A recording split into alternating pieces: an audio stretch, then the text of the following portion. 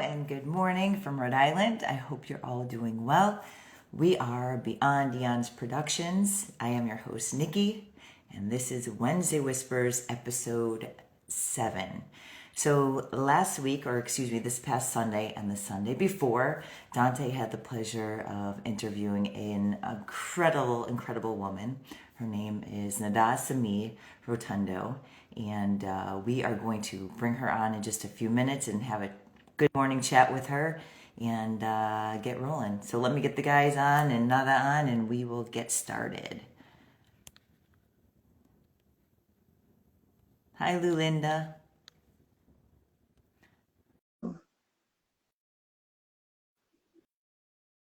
Let's see.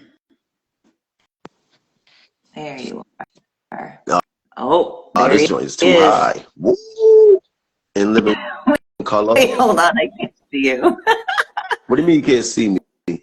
Not yet. I'm trying to invite everybody on. Hello. Yeah. Yep. Oh, good I got morning. my shirt for you, Nikki. Told Yeah. you. Let me see. The PVD shirt. I The like. color one. And the rainbow. Yes. Yeah. I might swipe that off of you. Hi, Jay Martin. Okay, we gotta get Jakeem in here. Where is he? All right, I sent him the invitation. Miss Nada, how are you? Morning. Good. How are you? Good. So nice to meet you finally. Nice to meet you. Yes. How's your day going so far? Wet and cold, but fine. No, I know. I usually when I get on here, I comment about the weather, and I'm just like, it's the same every week. Same. So there's no point in even mentioning it. Just vitamin D deficiency in Rhode Island. That's how I take drops every morning. Yeah. All right, let me see. Jakeem can't get on. Let me try to get him again. Hello, world. Nope. What's up? Yeah, we've got some people on here already.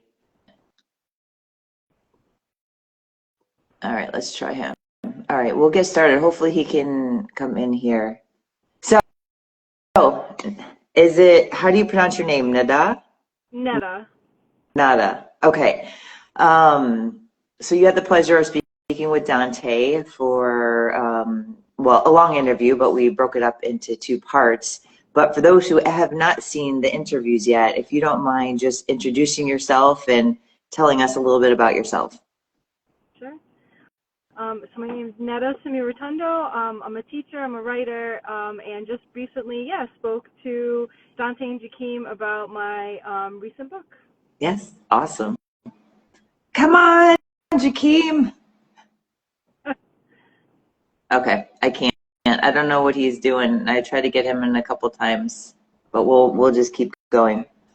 All right, and you are a writer and just came out with your first published book this past September called All Water Has Perfect Memory. And how has your experience been since that book has come out? Has anything changed?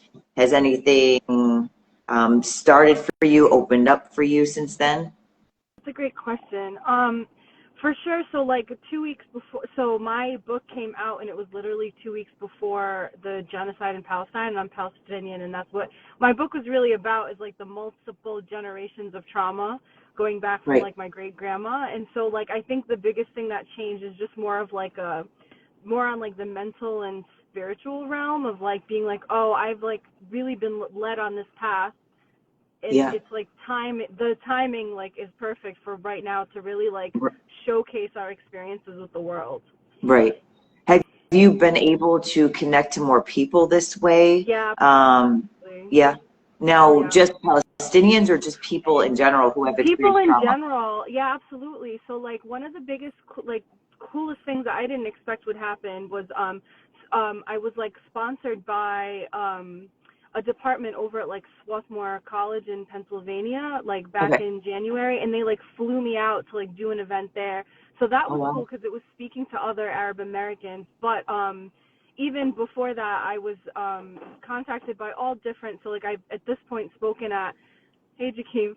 I've spoken at Rhode Island College, URI, at Providence College, just like specifically about Palestine stuff. But because I had the book, like it was like a perfect like segue into, well, I have a chapter about this, I have a chapter about that. So yeah, it was really cool. So it's been mostly local. I've done a bunch of like the local bookstores in the area at this point. But yeah, I have had a few.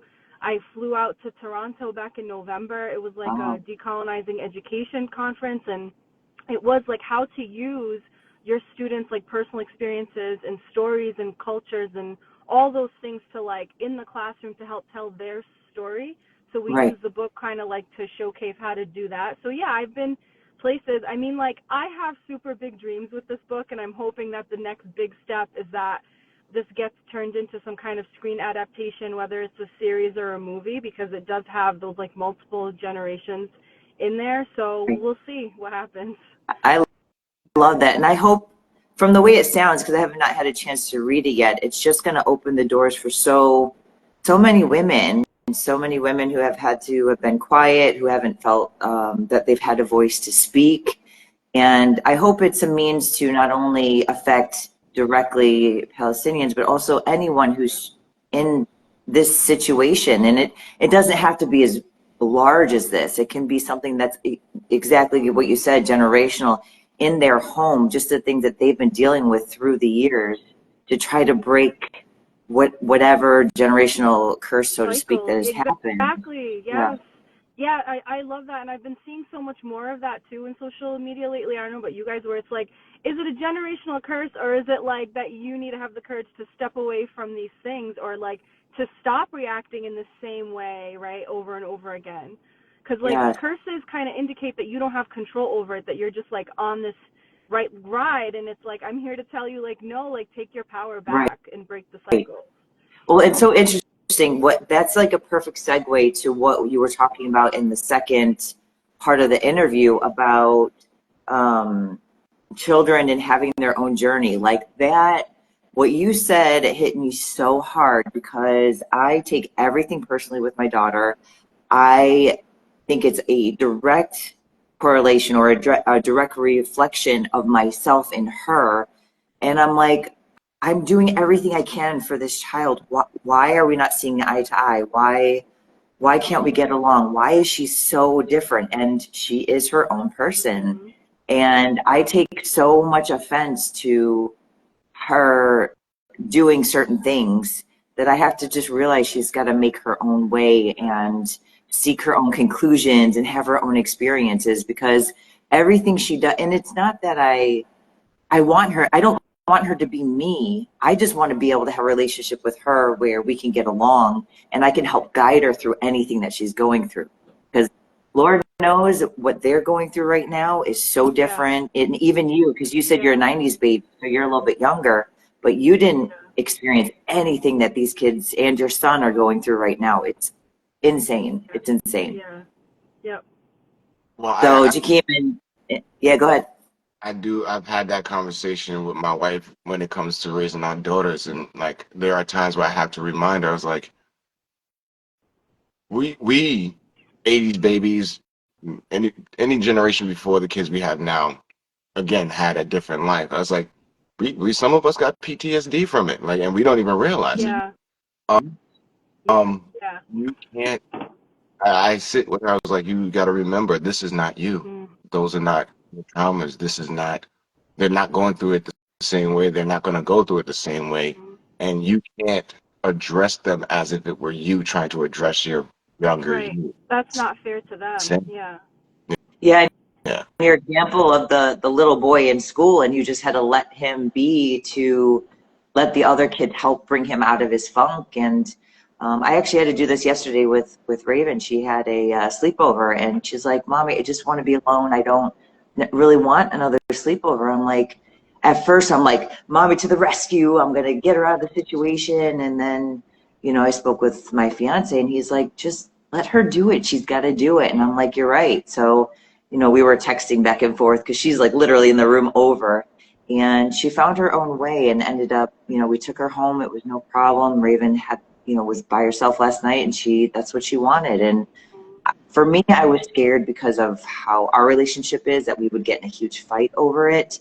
Um, but I was proud of myself that I was able to handle it in a way that she learned a lesson. She got through the situation on her own, and I was able to assist her, take her friend home, and that way, instead of just doing everything for her. So that parallel to that little boy was just, it's at any age, it doesn't matter. It can be, Yeah. how old are your kids in Yeah. class? My oldest is 15, and I also have a 6-year-old and a 9-year-old. Oh, but you mean like my children, or like the kids? Yeah, in the classroom too, yeah. Oh yeah, I teach K through 8.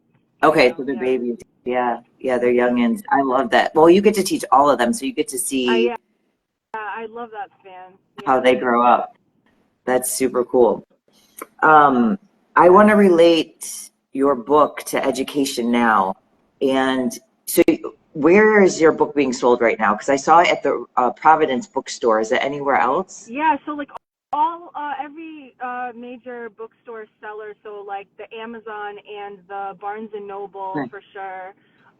You can get it direct from the press's website. It's from Jaded Ibis Press. Okay. You can just order it off their website. But yeah, in Providence, it's available at like most of the local bookstores, I feel like. So because I did an event at Riff Raff and at the Heartleaf Books on Federal Hill, Okay. and then Books on the Square in Wayland. So like, yeah, all over locally as well. If you don't mind, if you can, because I found the link to the Wayland Square bookstore, but I couldn't find it on Amazon. If you can send me a link, please. Yeah, absolutely. And I'll put it, when I post this, I'll put it in there so people can check it out and read about it. But what I wanted to ask you is how, now you came out with a physical book, right? How do you feel about, do you feel like the digital world is making books better or making them worse? That's a good question. I don't think it's either or, honestly. I think it just makes it more accessible for different kind of readers, because I hear all the time, I'm personally not someone who can focus on an audiobook. Like, I'm not that type, right? Like, me too. But other people, they need that to focus, or they drive longer distances, and it helps, like, to kind of kill the time. I've talked to people who, like, prefer, like, a Kindle where they can just kind of swipe through and then just, like, devour the next book, and it just makes it easy to have like access, and that's totally fine. So I don't think it necessarily makes it better or worse. I think it does sort of like diversify what's available for people, which is a good thing. I think when Amazon first came out, I remember being in like my creative writing MFA program many years ago, and that being like a big hot topic, being like, is this the death of print books? And it's like people were just kind of making it into this thing that that crisis never really happened. I think it's more of a question of, do we have a culture of readers, of people who want to absorb knowledge in different ways, not just in like do we have the attention span for it?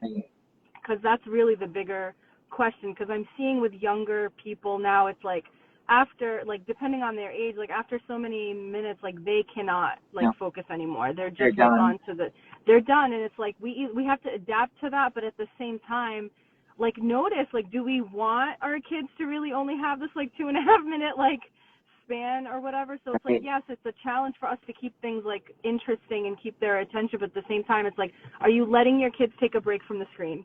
Are you letting them just go outside, like, give their brain that break? Yeah, you have to force it now. It's hard, because before we didn't want to come inside, and video games were for days like this when we couldn't really go outside, but now it's just the opposite. Any chance they get, it's like they're on the phone, under the covers. Jakeem knows this about my house. I have 3 boys and like a tiny house. Like, y'all need to go outside. Like, that's just how I raised them from day one, or they're literally going to break my house. Yeah. Get out. Get your aggression out there.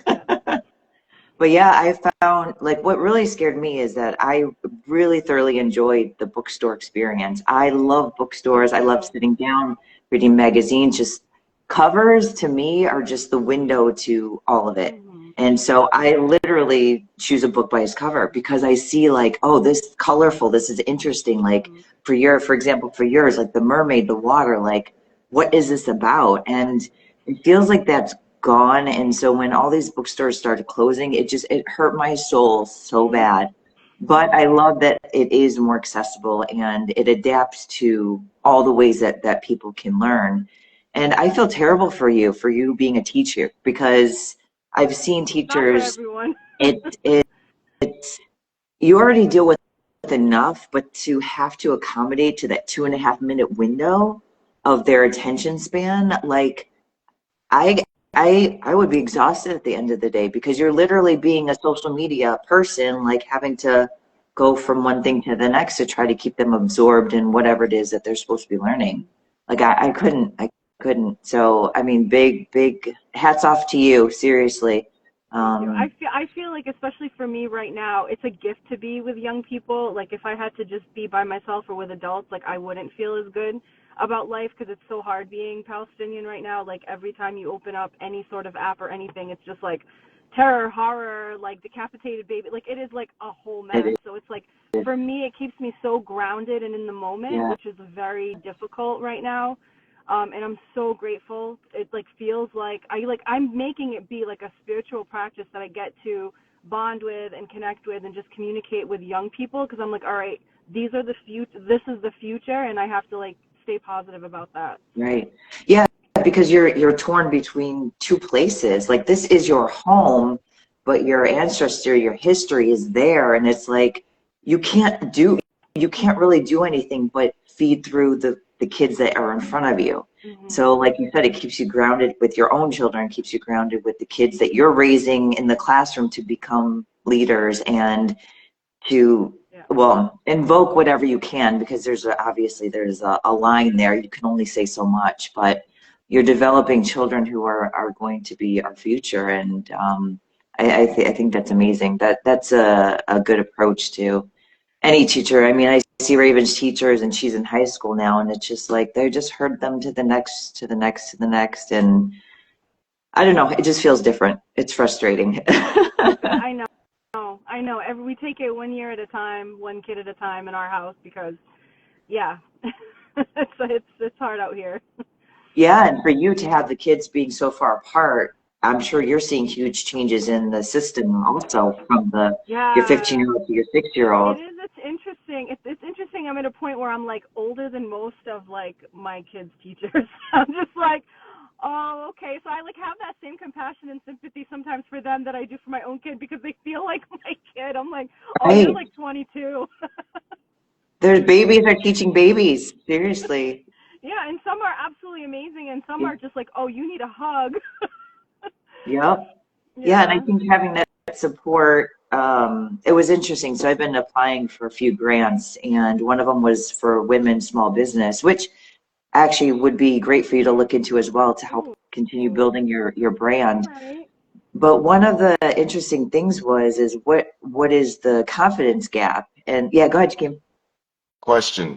Dante, book is Yo, on Amazon.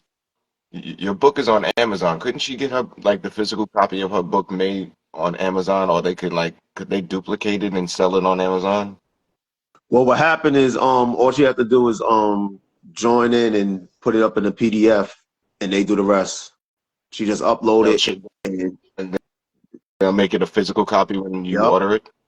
yeah. So when people, this is how it works. She could either, she could get her own personal copies that they charge half or a small percentage. So she have her own copy, or when somebody go and order it, produce the book right there on site. What do you mean for my book? Yes, Yeah. for your book. It's already made. It's already available. It's made through a press. Just Amazon sells it for them.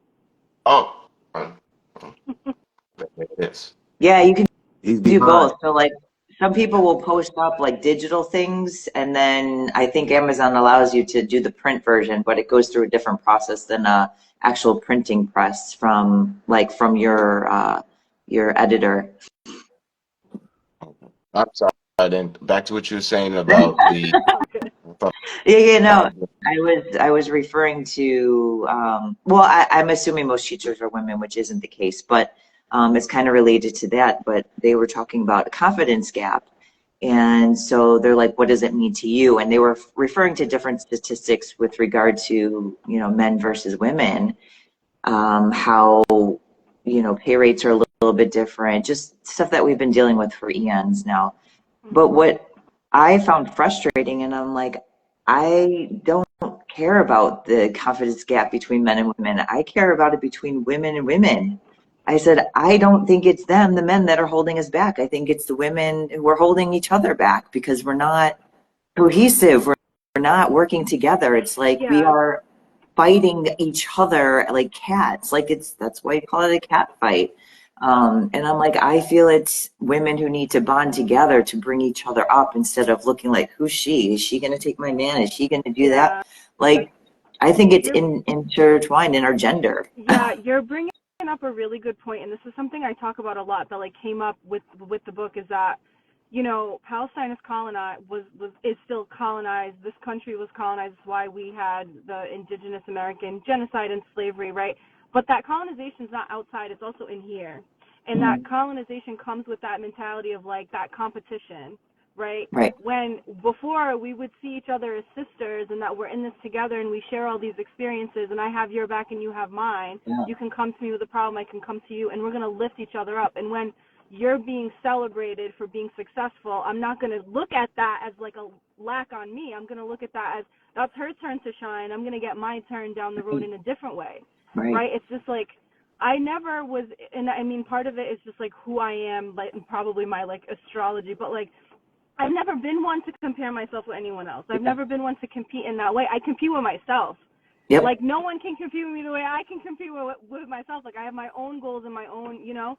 But like that is something that we are living in this world, right, between colonization and capitalism, where we look at each other as competition when we're supposed to be looking at each other as community. And that was implanted there. That thought is not natural or normal. Like humans have evolved to be in community so we could survive, right? And they came and hijacked that survival and put in this new survival, and like that doesn't need to be there. We can extricate that. That's that whole breaking cycles thing. Is like it starts from this inner level, like in here. Yeah. It's just causing more strife and pain. Fear system, and just like with the African American community or the African community, the Willie Lynch theory, where it's like they would have the lighter skinned slaves work in the house and keep them clothed and ate They night. developed that intentionally.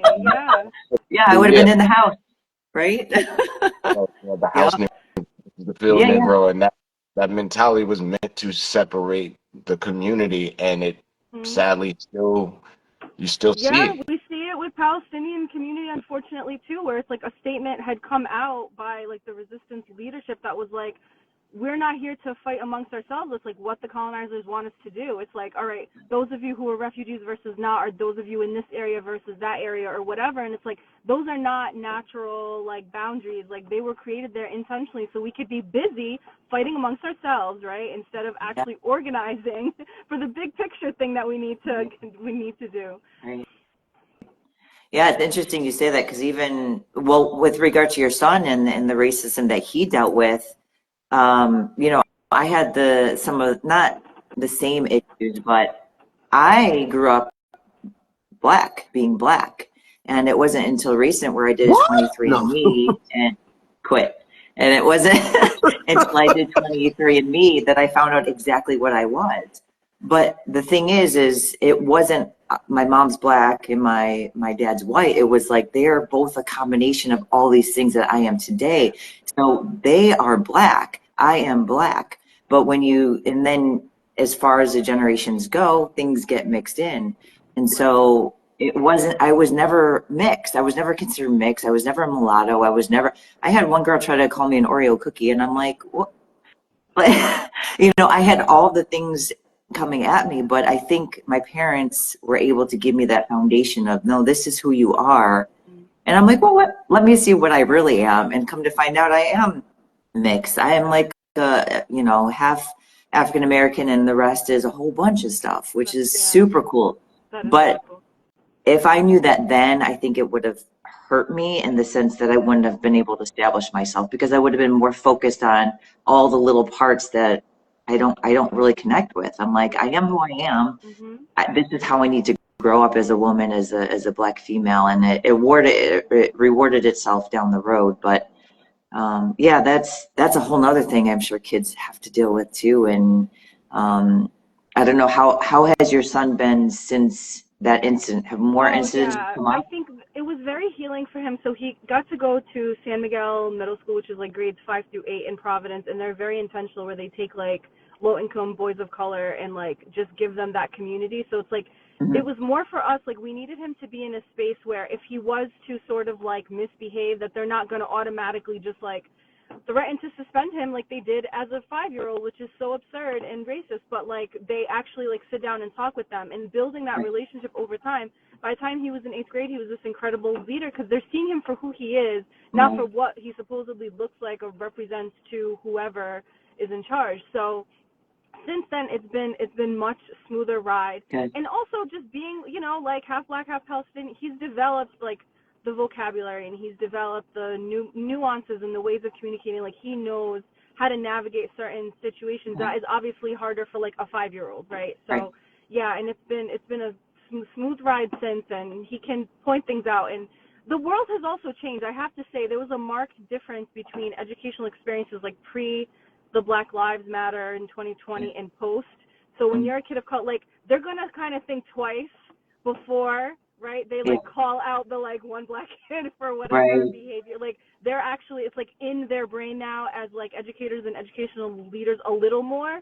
And of course it depends on the person, but I have noticed that change because now they're like at the very least afraid to be called. They're like, wait, I don't want to be called out as race. I'm gonna like slow down a little Right. and think before I just automatically like suspend this kid or whatever. So yeah.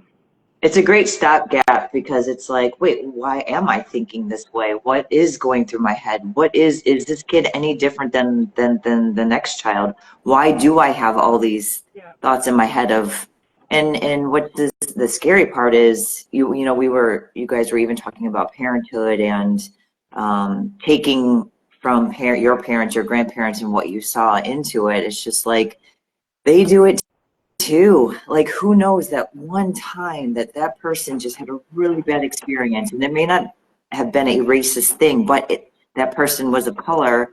They had a bad experience, and so now they think that all black people are the same way, all mixed kids are the same way.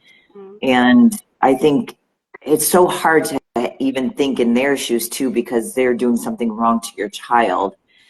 And it's just Yeah. like, how do we work this out? Like, Yeah. how do we like, it's so frustrating because you're going to go after whoever's coming after your children, right? Right. But then we don't know how much they've been scarred at any point in time to be who they are today. So Right. how do you step back like, all right, you did me wrong, but whatever it is that you're dealing with, I'm sorry, and I hope you can get through it. You're bringing up a really important point, which was like a point of healing for me in like making the book, because it's like being able to be like hold that person accountable, but with compassion, and that really is like this fine line that like our society does not really know how to hold that well. Right. Like I think in like fringes of society, maybe like social workers and things like that, they might know how to do that better, but like we as a general society don't really know how to be like, don't go into like super protective mode and I'm just gonna like attack you back, right? And it's like it really comes from this place of skill. You have to practice that over time to be like, I can hold you in compassion, but still like want accountability. And that comes from such like a deep well of love that I can just give and give and give, and I don't feel like anything's taken away from me for me to give you your humanity and your compassion, because I know it's going to come back around to me somewhere else, right? Exactly.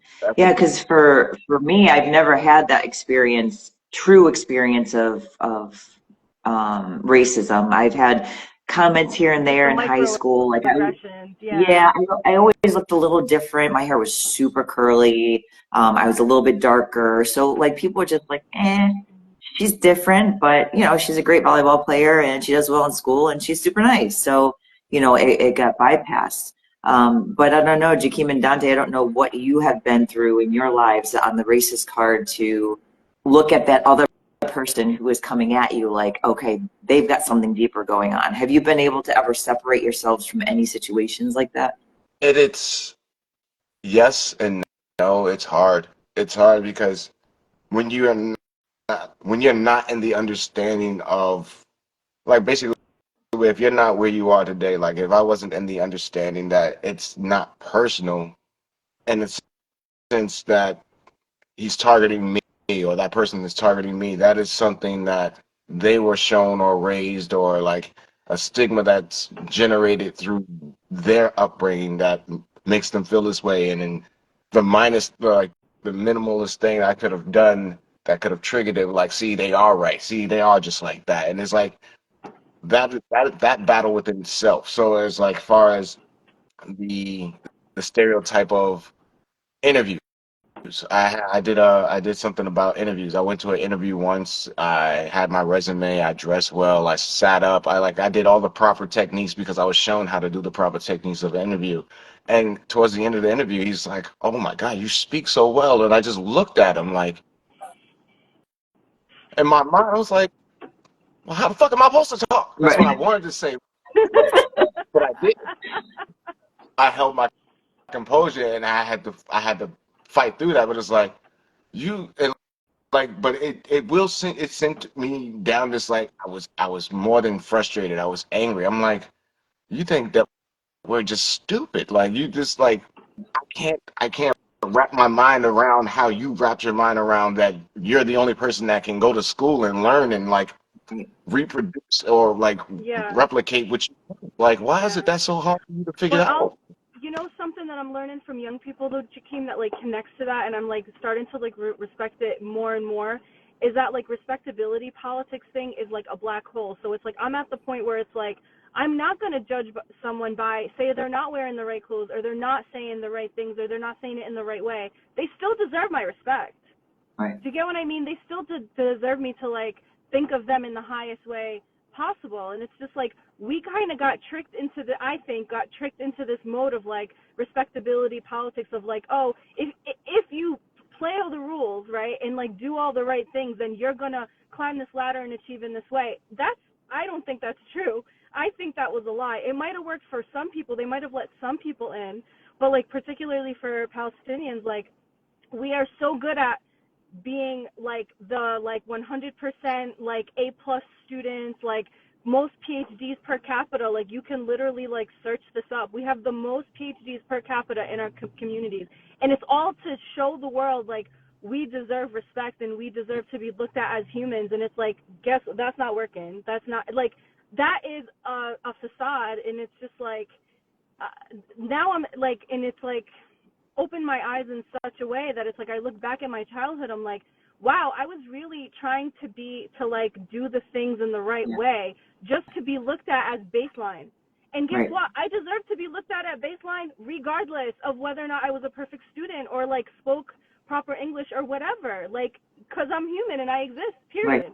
So I think those are where those connections are. Wait, hold up, my turn. Okay, let's bring something to this. Okay, first and foremost, right? To answer your first question with that racism thing, as coming from New York, and like I said, I came in an all WP community. Young kids, all they did was got on my nose and my lips and the way I talk. Because again, coming from Brooklyn, we had a different lingo than Smith Hill had. But you want to know when I experienced the most racism? Being at my job. That's where I experienced the most racism. And I didn't even know I was going through racism until somebody explained to me. I just know I was feeling some kind of spirit that I didn't like, that I was about to attack people. I'm like, yo, what are y'all doing? But they're like, you're going through racism. But to put it in the proper perspective, it's like, it doesn't matter, Palestinian, African American, white, black, whatever. What it is it's going to always go with what are you being taught in a home. Because like I used to hang out at Brown University a lot. And I used to always play with the young W chicks, the WCs, white chicks. And I'd be like, yo, did your father tell you to stay away from a guy like me? And they look at me like, how'd you know that? And then they say, but you're not like the guy he told us to stay away from. So it's always the presentation and what is you being taught in your home that you're going to reflect when you leave the home. Because again, if somebody's telling you, don't trust this person, don't trust this person, that's instilled in you. And that has really nothing to do with society, because society is just basically forming the ideology of what's already been formed. So now as mothers, right? Y'all have children. Let me ask you a question. And Keem, as you got children too. If you had a position to set your kids up better than other people's kids, would you take advantage of that opportunity? Well, first off, I'm not trying to set myself up or my children to be better than anybody. I'm trying to set them No. up to Listen to what I no, said. I said better Better opportunities, oh, Yeah. not better. better than people. Opportunities. Yeah, If but I can give them that's where it gets complicated what we because what we see as opportunities. Oh, like probably why Yeah, that's why sorry. So we what? want the house to give them what like I don't want them. They don't know anything about growing up in the projects. They grew up. The only thing they knew growing up was that apartment that I was in. That has been their home their whole life. This is a mansion to them. yeah. This is the opportunity that I've always wanted for myself. I've been dying to give my children this. Hold But up you're So though. if giving Let I me it to yourself too, Jakeem. You're giving it to yourself and to your wife. Do you get what I mean? Like, it's not like I want to break us out of that whole mentality of like I gotta struggle and strife and sacrifice to give them something, but when really it's also for you because Right. we can't make assumptions that what they want. Again, that circles back to what we were talking about in the beginning. They're on their own journey and they're gonna have different struggles that we can't even comprehend. That Right. we'll try to be there and support them, but just giving them something that we didn't have doesn't necessarily shield them from that. It's just different. So it's Yeah. like, yes, of course, I'm proud of the fact that me and my husband have a house and that they get to grow up in their own room as opposed to how I grew up in my uncle's flooded basement with like 10 other people living around me. Of course, but that was a big deal to me. That's not even necessarily a big deal to them. Right. You know what I mean? There's something else that's a bigger deal to them. So that's why it's important for us to like really listen.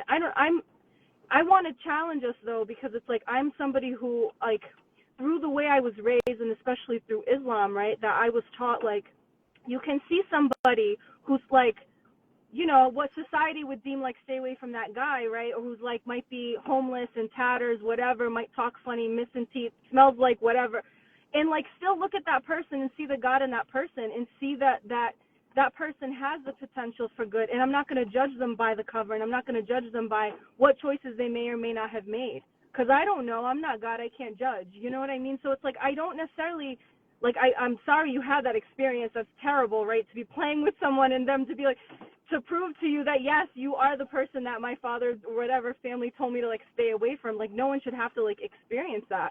But, like, that's bad. That speaks badly on the parents, not just, like, you know. wait. Hold up It for a doesn't, second though. then it, yeah.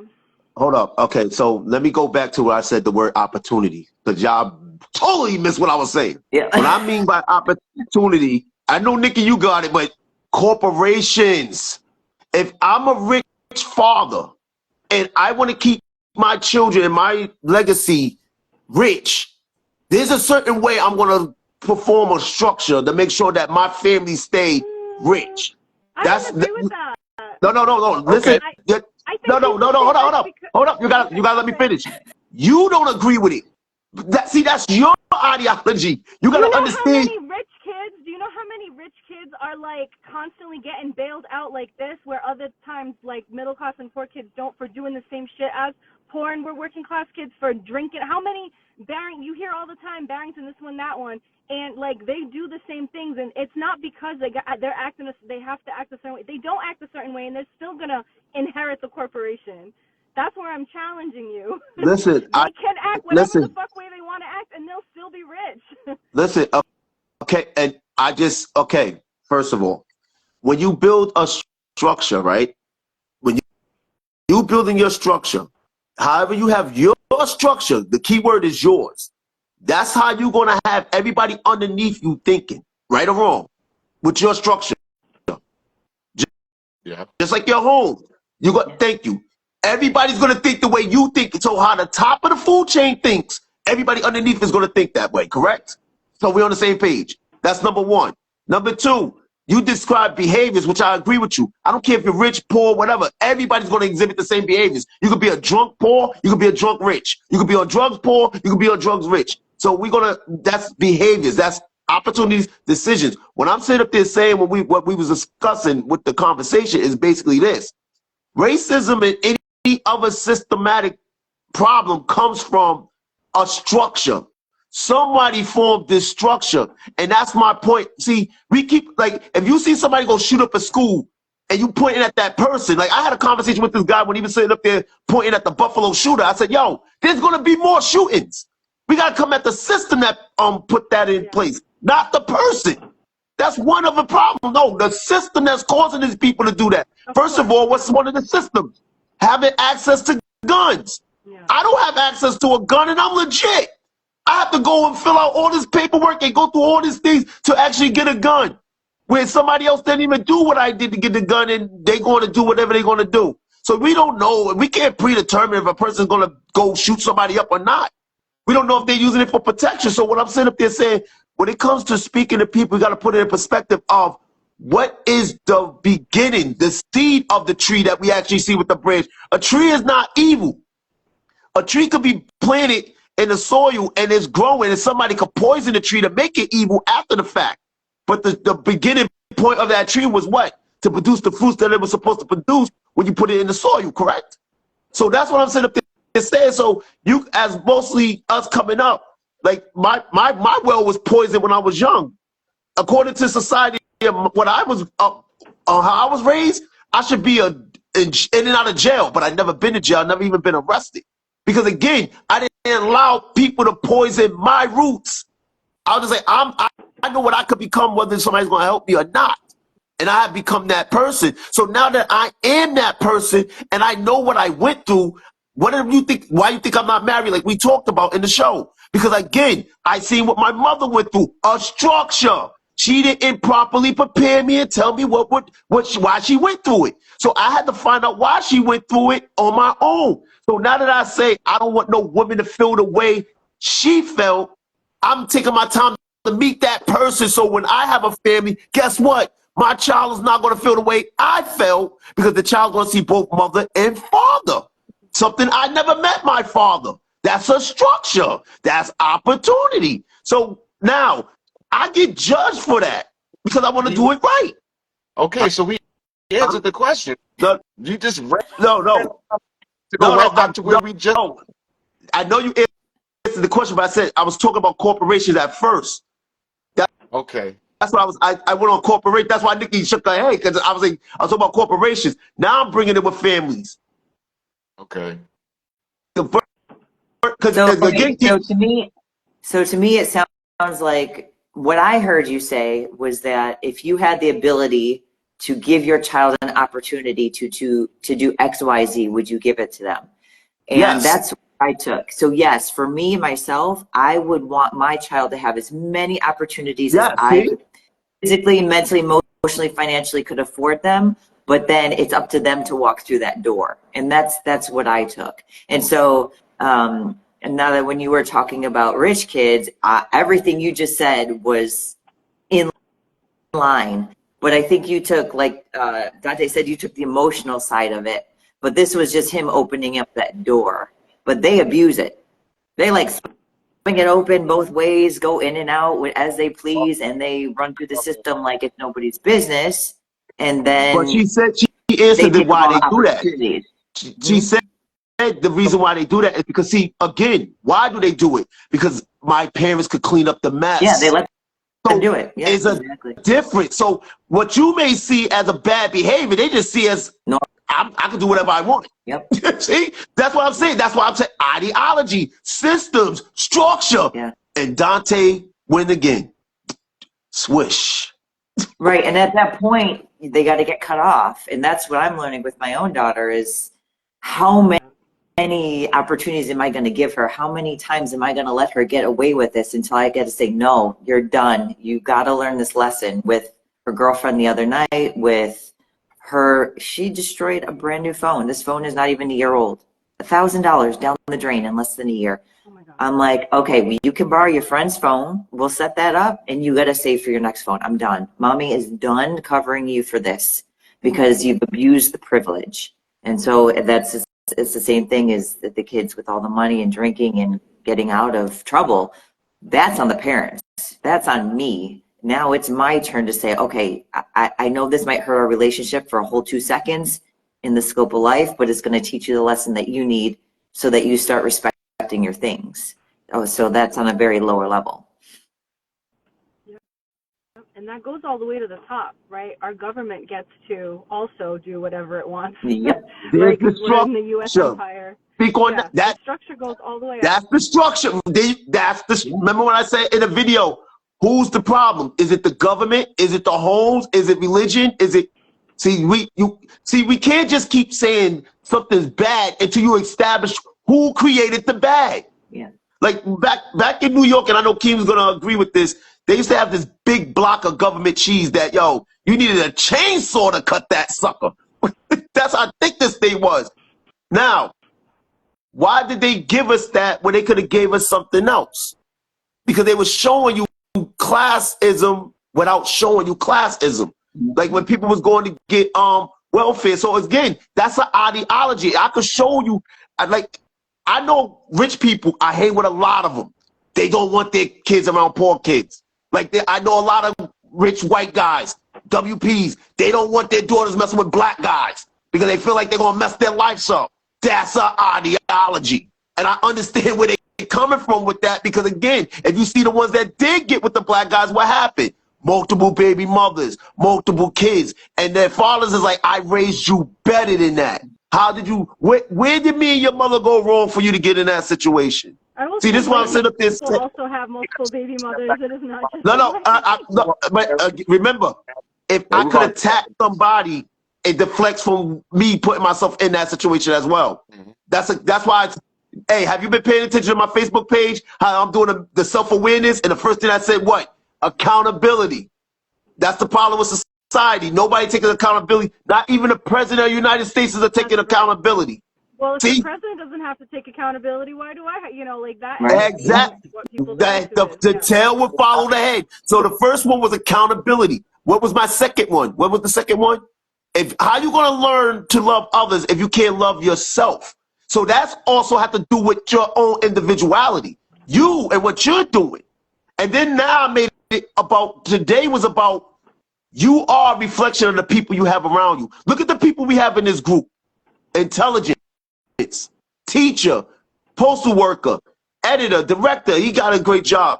She's a physical. See, we reflecting each other. That's why we in this live right now, because we're talking from the perspective of what we all is doing.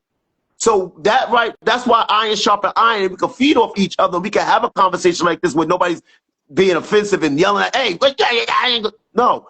So that's what I'm sitting up there saying. We're not the government. We're not religion. So again, what power? I be telling people this all the time. What power do you have to stop that cargo ship from hitting that bridge? So when somebody told me, oh, that was pre-planned. Okay, cool, it was. What power did you have to stop it? And now that it was pre-planned, how you gonna get people to believe it was?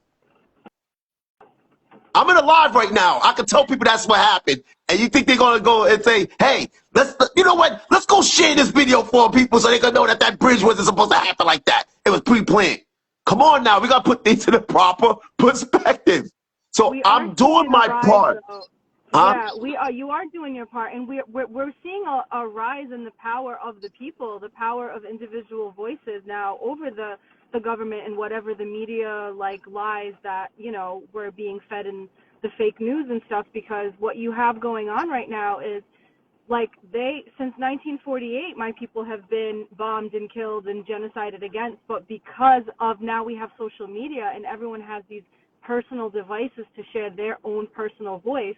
Now all of a sudden it's like this huge tidal wave of people power that people are constantly protesting. They're constantly interrupting the press conferences. They're constantly contacting their Congress people. They are raising their voice. We are becoming as people that flood, right? Because we know our structure it's old and rotten and it's falling apart and it's not working for people and it's got to go.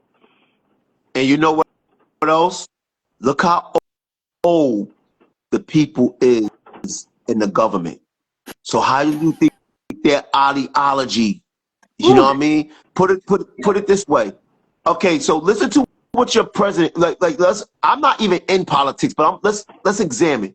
Your president said, if you don't vote for me, you're not black. That wasn't a racist comment. Your president said that. And you want to hear something funny? Your president and the vice president, guess who they locked up? Black people. See how they played the game on you? It's a game. Yeah.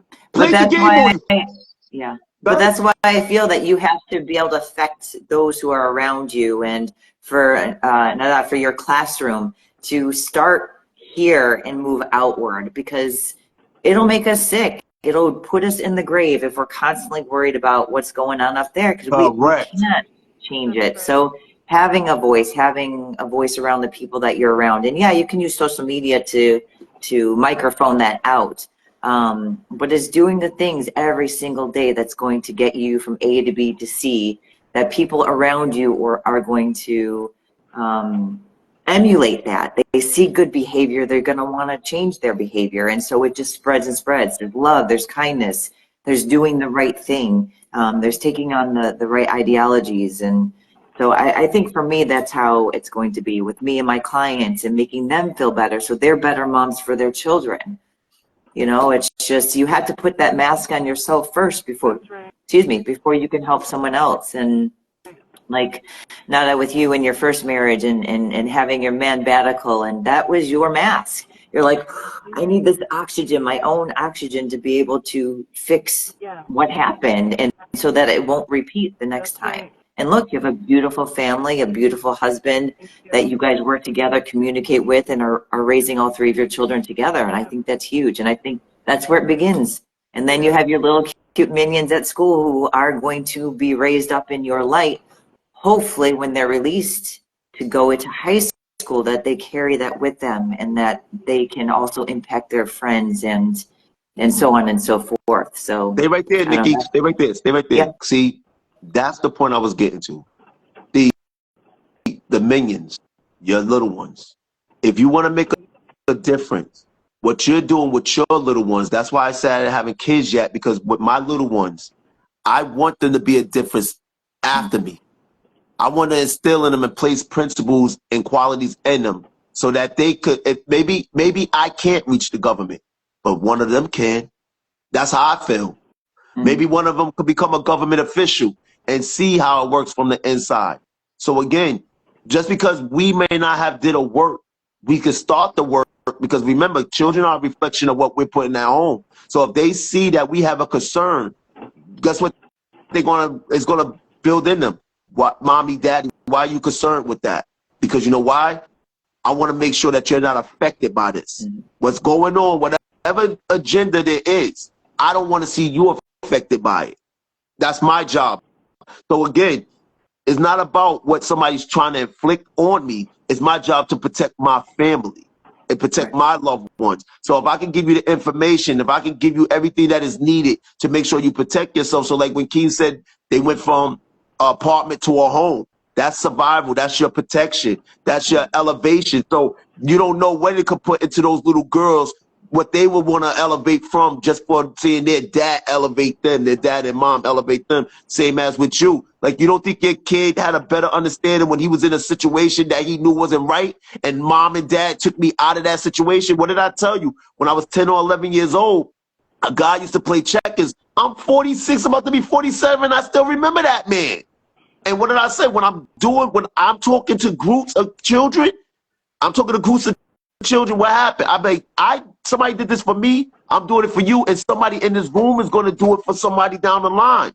Pay it forward, as you said. You go online and look at right now, there's a female that I haven't seen for 26 years. If you see how much she posted, because again, what am I doing? She was just like, I had a little interaction with her 20 years ago, and she still remembered me, and she said, you was the only guy that actually had respect for me, even at that age when I was 20 years old. And she said, you still got the same respect for me, because what am I doing? I'm showing her the decisions that you made is the reason you're in the position you're in, but it's not about you no more. Now it's about your little girl, making sure she don't go through the decisions that you went through. And that's what I'm helping her with right now. I'm not her husband. I'm not her baby father. Again, I'm a friend and I'm a person helping her out, because again, I'm playing my part. Yeah, that's a perfect segue into that fact that, like, we all have a part to play here. We all need to play our part into sort of, like, making sure that the world we're leaving behind is better than the one we came into. Yep. Yeah, that's what it's all about, and improving. And yeah, because we're already seeing the negative effects of our Gen Zers right now, and it's scary. It's really scary. And I hope that the generation, you know, that comes after them can kick them in the butt to say, no, you got to get your shit together, because you got to be able to communicate. You got to be able to, get through and resolve your issues. You got to come up from under this phone and get into the real world. So we've got quite the fight coming up, I believe. As we've got some 20-year-olds in that Gen Zers, and they're a hot mess. Well, So we're the ones that are going to have to be like, all right, young bucks, this is how the world really works. yeah. Hey, Nikki, you believe in mythology, right? Yeah. Okay. You remember Pandora box? Oh, Remember yeah. It's open. when they opened the box? What was the last thing left? What was the last thing left? No, that I don't remember. It's been a long time since I've read any of that. It was hope. Yeah. Where do we all live? What's the motto of our state we live in? Hope. Mm-hmm. What school did I graduate from? Hope. Yep. Keith, you got anything to say? Listen, Netta knows how I am with my kids. Like, they probably like the one thing that we wanted. They recently pulled off the market was landlines. My dream was to like get a landline in here with that cord. So when they wanted phone calls and whatnot, your privacy as long as that cord. That's the only thing I wanted to say. The dot, and that was taken away from me. Like, your privacy is as long as that They go cord. around the corner, try to close the door with that line still with them. I remember those days. I know, but I listen. My like technology, yes, it comes and goes, but like screen time is limited. We don't really push too much to let them like there are days when we're all just lazy. We have sweatpants day in my house. Like sweatpants day mean we ain't doing nothing. Everybody got their sweatpants on, they in there on Yeah, you neutral. have to rest. Or we have like board games. Like we got board games out the yin yang. We had a whole closet for them. So it's like they'll come to us and like, can we play a board game? Let's play this. Let's play that. So it's like I love it. we've already developed that communication or that system where it's like you don't have to be on your tablet. You don't have to play this game. You don't have to like. They want a phone. You don't need no phone for who? The only person you're gonna call is me. Like Right. you're not getting a phone. No, until you can pay for a phone bill, you can't have a phone. That's it. Yeah, just Until you start earning, building family values. you Bingo. start earning. Like, hey, your chores are very clear as day. You know what you need to do between taking care of yourself, keeping your room clean, doing your work, and all that stuff. When you start doing that without us reminding, then you get paid. That's your job. Yep, yeah, absolutely. All right. So we have been on a long time. This has been so amazing, but I want to wrap this up because this episode is about Nada and your book, All Water Has Perfect Memory. I want to close, hopefully this won't take too long. How are you a mermaid? Where did that come from? And how did that get to the cover of the book? Oh, I love that. So for one thing, I asked my best friend, who's an artist, to illustrate the cover for me. She's been there with me through thick and thin, and I was like, I want it to be blessed by your art. And she's like, all right, so what are you thinking? Color scheme, this, that. I was like, I only have one requirement, mermaid. And that the mermaid have curly hair. So I guess like two requirements. Yep. But yeah, so part of the thing that was really fun for me when I was writing this book was that I wanted to incorporate some like Middle Eastern folklore. So like all those like sort of tales from 1001 Nights and all that stuff that I grew up with. And so I used some of my memory, but a lot of research. And one of the stories that really stood out to me, so like every culture around the world has some sort of mermaid story. Mm-hmm. But the one for the Middle East was really interesting because it was this particular mermaid that I ended up writing about. It's like the closing conclusion chapter, because I felt like her experience very much mirrored mine. It was almost like helping me see my like real like lived experiences in this mythological light and kind of giving it a different or like a bigger meaning. So she had this experience where she was separated because from her family, just like how I was separated from mine, from her underwater kingdom because of these like wars and things happening between the kingdoms down there. Mm-hmm. And she ended up in this like foreign land, and she was silent for a while. She wouldn't speak to anyone. The king was like dying to have her speak. And that's what happened to me when I first came to the U.S. I went through a silent period. I know it's hard to believe now, but like my first year, and I didn't know any English, but I was also sort of just like absorbing because it's just so different here. So there were a lot of parallels between her experience and mine, and just the result. Like she ended up having her first son, who was, you know, half like a human king son and half like a mer person. And she ends up being reunited with her family after being separated for all that time. Again, very similar to my story, and giving her son the opportunity he can walk on land or in water. And so her and him end up serving as these like diplomats to bridge those like two worlds. Okay. And I just, so there were bits and pieces of her story that I wanted to include, but just that overall, I think, like, message, right, of, like, being someone who's comfortable with getting really deep and then also coming back up to, like, share that knowledge with others and to sort of bridge those two worlds. Okay. I love it. I love it. I love when we can pull in folklore and other stories and just be able to associate ourselves with creatures who have the same story, and it just makes it feel, I don't know, just magical and mystical, and makes it feel okay. Like, just, you're gonna be okay. Like, I don't know, I love that connection. Well, we will let you go. Thank you Hold so on. much. Come on, Nikki. Hold on. We want to know how she felt about the episodes. We didn't even hear her. How did you feel about the episodes? Everything, the outcome. Oh, they were great. Yeah, it was fun. Yeah, I love them. I love them both. I'm like, I was almost mad at the end of the first one. I'm like, what? Yeah. There's more. There needs to be more. Like, it just stopped. And my parents were watching it too, and they actually watched it on their TV. And they're like, my mom was angry. She's like, "Where's the rest?" That means I'm doing my job. Yes, Killing yes, you are. Yes, you You're are. killing us. So before we let you go, how, if someone wants to find your book or wants to communicate with you, where can they do that? Sure, I can put in the comments. So I'm on IG as Netta Sami, right? Mm-hmm. So that's What? my IG. Who? Oh my God. Oh, God. Who? Say that again. Someone mute him. Right? Beep. And yeah, all the information that's on my profile is where the book is available, and all those things like are posted up there. So yeah.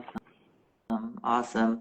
Well, we are looking into so many different episodes in you know, mental health and all these things, and I've been divorced twice now, and my first one was younger, like when you were younger as well. Yeah. I think it would be great to do another episode related to relationships and you taking that time to heal and regroup versus me not doing that and what it led to.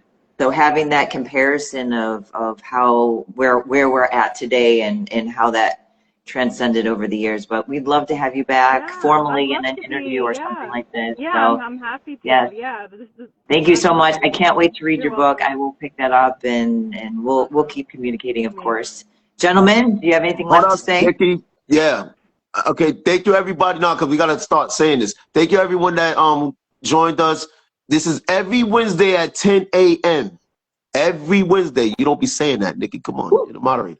That's you. Go. We just remind ourselves that we needed to say this the other day, so we can't take that. And will this link be this live be available on your page, Nikki? Yes. So I may get some links from you first, or I'll just post it and then add the links in the comments.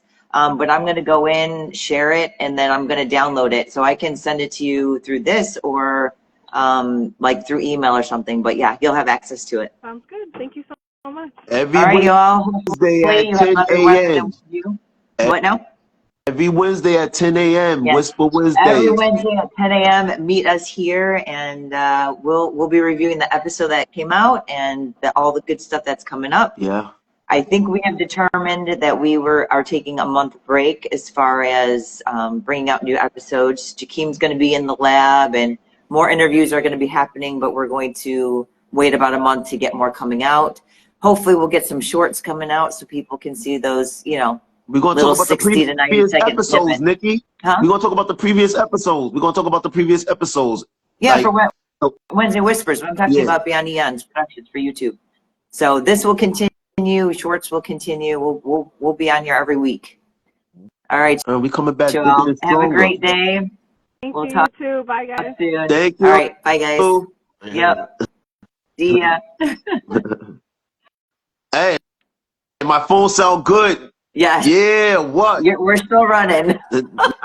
My phone Here, sound wait, good. hold on. My phone is good. See? Why you calling Ori 2 minutes before we're supposed to get on saying Hey, my mic's not working? I didn't say my mic wasn't working. I said it was flashing. That's what I said. It was flashing. I didn't say it was working. I wanted to make sure if it was on or not. See? Hey, no, All right, so I you did were plug it in. prepared. Yes, I plugged it in and I was just like, hey, wait a minute. Is supposed to be bleeping like that? I was like, I don't know. So I was just like, you know what? Hold up. Let me call him first. I don't know. This phone is much better. It was my phone making all that noise. Yeah. I You are destroyed so the much phone. clearer and we can hear you so much better. So we have resolved the issue. It was my old phone. It's all good. Good job, Nikki. Yes, thank you. All right, now, so we will be back on next Wednesday at 10 a.m. 10 a.m. All right, talk to you later. Later. Adios. Bye.